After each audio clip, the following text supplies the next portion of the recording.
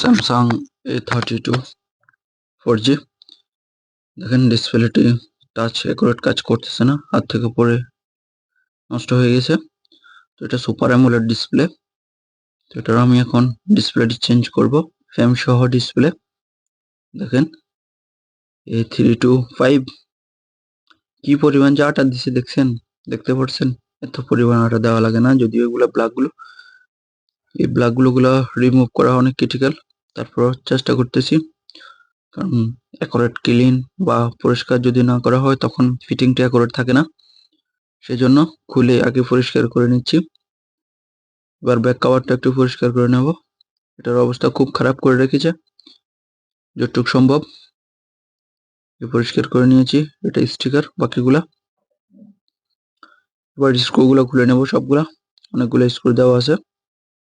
এটা আমি চেঞ্জ করব মার্কেটের ডিসপ্লে, ফ্রেম সহ চেঞ্জ করব। এই অরিজিনাল ডিসপ্লেগুলো অনেক দাম, তো সেজন্য মার্কেটের যেটা ফার্স্ট কোয়ালিটি আছে ওইটাই লাগাবো। যে দেখেন একে একে সবকিছু খুলে নিচ্ছি। স্যামসাং এর কত সুন্দর একটি ভালো একটি ফোন। এই ফোনগুলো ইউজ করতে মজাই অন্যরকম, সুপার অ্যামোলেড ডিসপ্লে। তো অরিজিনাল ডিসপ্লে যত দিন থাকে তত দিনে ইউজ করতে মজা, এরপরে আর ভালো লাগে না।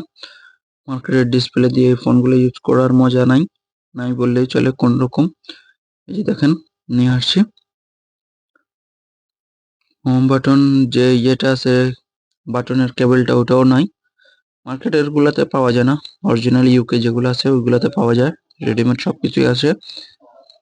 আমি বসিয়ে নেব এখন, এটা সুন্দর করে ফিটিং করে নেব এখন A to Z সবকিছু। যে একটু আটা দিয়ে দিলাম যাতে লড়াছড়া না করে, স্মুথলি থাকে সবকিছু, সেজন্য। যে মোটরটা বসিয়ে নিলাম, সবার শেষে ব্যাটারি, এবার বোর্ড, সিসি বোর্ড সবকিছু লাগিয়ে নেব। একটু ডুয়েল টেপ দিয়ে দেব যেহেতু এলসিডি কানেক্টরটা লড়াচড়া না করে। এগুলো ইউকে হলে সবকিছুই থাকতো, যেহেতু ইউকে না সেজন্য এটাতে নাই। তো আমি একটু বসিয়ে দিলাম সুন্দরভাবে, যেহেতু কাস্টমার অন্তত ইউজ করে শান্তি পায় বা আমার সার্ভিসটা ওনার ভালো লাগে, সেজন্য। এই যে মাদারবোর্ডে দুটো স্ক্রু থাকে, ওই স্ক্রুগুলোও নাই, তো আমি একে একে লাগিয়ে দিচ্ছি, এটা আমার দায়িত্ব। তো যেহেতু নাই, কিছু করার নাই, এর আগে হয়তো যে কেউ খুলছে আর লাগায়নি, সেজন্য আমি লাগিয়ে দিলাম, কারণ এটা না লাগালে সমস্যায় পড়তে হয়, সেজন্য সুন্দর করে লাগিয়ে এবার আমি স্ক্রুগুলো লাগিয়ে নেব। এই তো আমার হয়ে গেছে ডিসপ্লে চেঞ্জ করা প্রায়। শুধু স্ক্রু, ব্যাক কভার আর সিমটেটা লাগিয়ে রাবার পেঁচিয়ে নেব, হয়ে গেল Samsung A32 4G display change করা। এটার মধ্যে আবার 5G যেটা আছে ওটা কম দামি ডিসপ্লে, TFT ডিসপ্লে। তো এটার একটু দাম বেশি ডিসপ্লেটার, যেহেতু সুপার অ্যামোলেড পড়ছে। ফোন অনেক ভালো ফোন স্যামসাং এর, কম দামের মধ্যে রাফ ইউজ করা যায়, খুব ভালো। তো এই ডিসপ্লে গুলা যে মার্কেটের হলে ওইটাও ভালো, খারাপ না, খুব ভালো চলে। তো এই ডিসপ্লে গুলো লাগাইও আপনারা ইউজ করতে পারেন, যারা একবারে অরিজিনাল লাগানোর ইয়ে নাই তারা এই ডিসপ্লে গুলো লাগালেও চলবে, ইউজ করতে পারবেন। যে দেখেন চারপাশে আটা দিয়ে দিয়েছি। এবার আমি সিমটের দুটো লাগিয়ে রাবার পেঁচিয়ে নেব।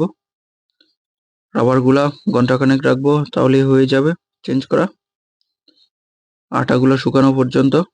যে দেখেন আমি রাবার পেঁচিয়ে নিয়েছি। এবার ডিসপ্লেটা আমি একটু দেখবো, যদি এগুলো দেখা লাগে না, সবগুলা চেক করাই থাকে। এই যে দেখেন কত সুন্দর বাচ্চাটা। যাই হোক, ঠিক আছে, টাচ অ্যাকুরেট কাজ করে, ইমার্জেন্সি